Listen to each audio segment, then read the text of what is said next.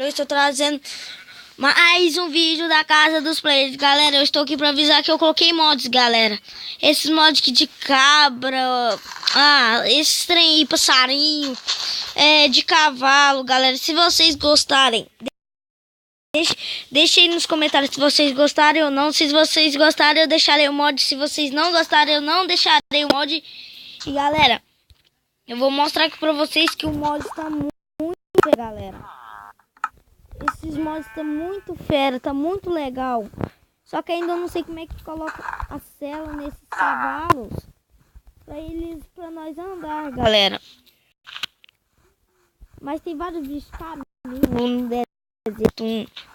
Se aqui fosse um deserto, tinha camelo, galera, viu? Aqui, ó. Só passei pra avisar mesmo. Vamos dar umas voltinhas na casa dos players. Pra ver se nós já temos outros mods. Se vocês gostarem, pedirem mais mods, eu estou colocando. Fala do jeito que vocês querem os mods. Se vocês não gostarem de mods, quer tirar os mods só casa dos mods, só avisar que eu tirarei os mods, viu, galera? Aqui, ó. Cabra. Elas andam esquisito, ó. Olha o jeito que isso anda. Viu, galera? Isso foi um aviso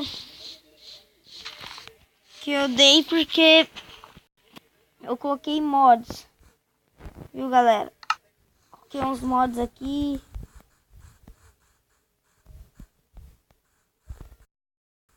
Ficou bem legal. E, galera, o Duncraft, galera, ele vai vir pra casa dos players. Já tô avisando que eu acho que depois da manhã ou depois eu acho, não sei que dia, eu irei colocar.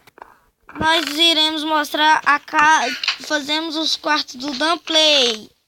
Duncraft quer dizer Dunplay. Foi mal, galera. Eu acho que nós vamos fazer o quarto nesse ângulo assim. Viu, galera?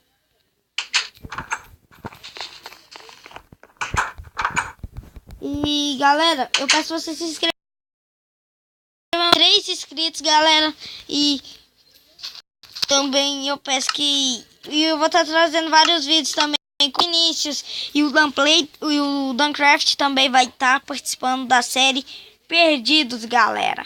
Valeu, falou!